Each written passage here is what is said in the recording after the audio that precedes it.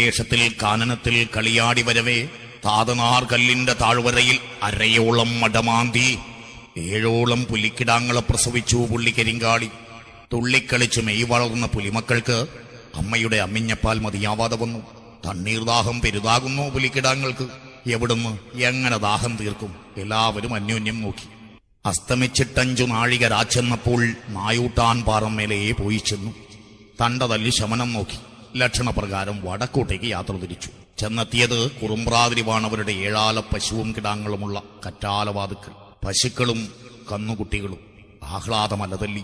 ഇടപുരി പാഞ്ഞു ഇടത്തേ കർണത്തിനും വലപുരി പാഞ്ഞു വലത്തേ കർണത്തിനും അടികൊടുത്തു. 7 പശുക്കളും കന്നുകിടാങ്ങളുമുള്ളതിൽ ഒരാളെയൊഴിച്ച് ബാക്കിയുള്ളതിനെ ഒന്നൊഴിയാതെ മാന്തിപ്പൊളിച്ച് ചോര കുടിച്ച് മാംസം ഭക്ഷിച്ചു. നേരം പുലർന്നു. വാർത്ത കാട്ടുതീ പോലെ പരന്നു.